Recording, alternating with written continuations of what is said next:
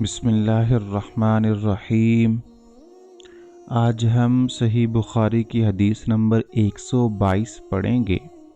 حضرت سعید بن جبیر سے روایت ہے، انہوں نے کہا، میں نے حضرت ابن عباس رضی اللہ تعالی عنہ سے عرض کیا، نوف بقالی یہ کہتا ہے کہ موسیٰ بنی اسرائیل نہیں تھے بلکہ وہ کوئی اور موسیٰ تھے۔ انہوں نے فرمایا، غلط کہتا ہے، اللہ کا دشمن۔ فرمایا، حضرت ابی بن کعب سے روایت ہے، نبی کریم صلی اللہ علیہ وسلم نے فرمایا، اللہ کے نبی موسیٰ علیہ السلام ایک دن بنی اسرائیل میں خطبہ دینے کے لیے کھڑے ہوئے۔ ان سے پوچھا گیا، سب لوگوں میں بڑا عالم کون ہے؟ انہوں نے کہا، میں سب سے بڑا عالم ہوں۔ اللہ نے ان پر عتاب فرمایا کیونکہ انہوں نے علم کو اللہ کے حوالے نہ کیا۔ پھر اللہ نے ان پر وحی بھیجی کہ میرے بندوں میں ایک بندہ دو دریاؤں کے ملنے کی جگہ پر ایسا ہے جو تجھ سے زیادہ علم رکھتا ہے۔ موسیٰ علیہ السلام نے کہا، اے پروردگار، پھر ان سے کیسے ملاقات ہوگی؟ حکم ہوا، ایک مچھلی کو تھیلے میں رکھو، جہاں وہ گم ہو جائے وہی اس کا ٹھکانہ ہے۔ پھر موسیٰ علیہ السلام روانہ ہوئے اور ان کا خادم یوشع بن نون بھی ساتھ تھا۔ ان دونوں نے ایک مچھلی کو تھیلے میں رکھ لیا۔ جب ایک پتھر کے پاس پہنچے تو دونوں اپنے سر اس پر رکھ کر سو گئے۔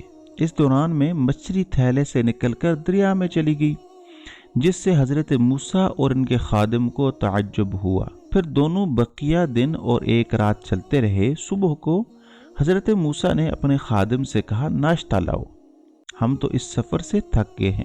موسیٰ جب تک اس جگہ سے آگے نہیں نکل گئے جس کا انہیں حکم دیا گیا تھا، اس وقت تک انہوں نے کچھ تھکاوٹ محسوس نہ کی۔ اس وقت ان کے خادم نے کہا، کیا آپ نے دیکھا کہ جب ہم پتھر کے پاس بیٹھے تھے تو مچھلی نکل بھاگی تھی اور میں اس کا ذکر کرنا بھول گیا؟ موسیٰ علیہ السلام نے کہا، ہم اس کی تلاش میں تھے۔ آخر وہ دونوں کھوج لگاتے ہوئے اپنے پاؤں کی نشانیوں پر واپس لوٹے۔ جب اس پتھر کے پاس پہنچے تو دیکھا کہ ایک آدمی کپڑا لپیٹے ہوئے یا اپنے کپڑے میں لپٹا ہوا ہے۔ موسیٰ علیہ السلام نے اسے سلام کیا۔ حضرت خضر نے کہا، تیرے ملک میں سلام کہاں سے آیا؟ حضرت موسیٰ نے کہا، میں یہاں کا رہنے والا نہیں ہوں بلکہ میں موسیٰ ہوں۔ حضرت خضر نے کہا، کیا بنی اسرائیل کے موسیٰ ہو؟ انہوں نے کہا، ہاں۔ پھر حضرت موسیٰ نے کہا، کیا میں اس امید پر تمہارے ہمراہ ہو جاؤں جو کچھ ہدایت کی تمہیں تعلیم دی گئی ہے وہ مجھے بھی سکھا دو گے؟ خضر نے کہا، تم میرے ساتھ رہ کر صبر نہیں کر سکو گے۔ موسیٰ، بات دراصل یہ ہے کہ اللہ تعالیٰ نے ایک قسم کا علم مجھے دیا ہے جو تمہارے پاس نہیں ہے، اور تم کو ایک قسم کا علم دیا ہے جو میرے پاس نہیں ہے۔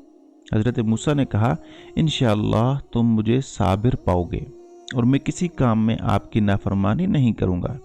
پھر وہ دونوں سمندر کے کنارے چلے۔ ان کے پاس کوئی کشتی نہ تھی، اتنے میں ایک کشتی گزری۔ انہوں نے کشتی والوں سے کہا، ہمیں سوار کر لو۔ حضرت خضر پہچان لیے گئے، اس لیے کشتی والوں نے بغیر اجرت کے بٹھا لیا۔ اتنے میں ایک چڑیا آئی اور کشتی کے کنارے بیٹھ کر اس نے سمندر میں ایک دو چونچیں ماری۔ حضرت خضر گویا ہوئے، اے موسیٰ، میرے اور تمہارے علم نے اللہ کے علم سے صرف چڑیا کی چونچ کے بقدر حصہ لیا ہے۔ پھر حضرت خضر نے کشتی کے تختوں میں سے ایک تختہ اکھاڑ ڈالا۔ حضرت موسیٰ کہنے لگے، ان لوگوں نے تو ہمیں بغیر کرائے کے سوار کیا، اور آپ نے یہ کام کیا کہ ان کی کشتی میں چھید کر ڈالا تاکہ اہل کشتی کو غرق کر دو۔ حضرت خضر نے فرمایا، کیا میں نے نہ کہہ دیا تھا کہ تم میرے ساتھ رہ کر صبر نہیں کر سکو گے؟ موسیٰ علیہ السلام نے جواب دیا، میری بھول چوک پر مواخذہ نہ کریں۔ رسول اللہ صلی اللہ علیہ وسلم نے فرمایا، موسیٰ کا پہلا اعتراض بھول کی وجہ سے تھا۔ پھر دونوں کشتی سے اتر کر چلے۔ ایک لڑکا ملا جو دوسرے لڑکوں سے کھیل رہا تھا۔ خضر نے اس کا سر پکڑ کر الگ کر دیا۔ موسیٰ نے کہا، آپ نے ایک معصوم جان کو ناحق قتل کیا۔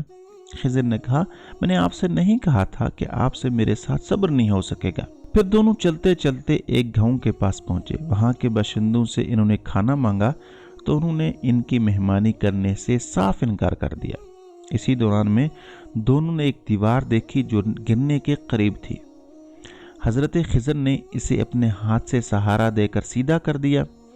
حضرت موسیٰ نے کہا اگر تم چاہتے تو اس پر اجرت لے لیتے۔ حضرت خضر بولے بس یہاں سے ہمارے تمہارے درمیان جدائی کی گھڑی آ پہنچی ہے۔ نبی کریم صلی اللہ علیہ وسلم نے فرمایا اللہ تعالیٰ موسیٰ پر رحم فرمائے، ہم چاہتے تھے کہ کاش موسیٰ صبر کرتے تو ان کے اور حالات بھی ہم سے بیان کیے جاتے۔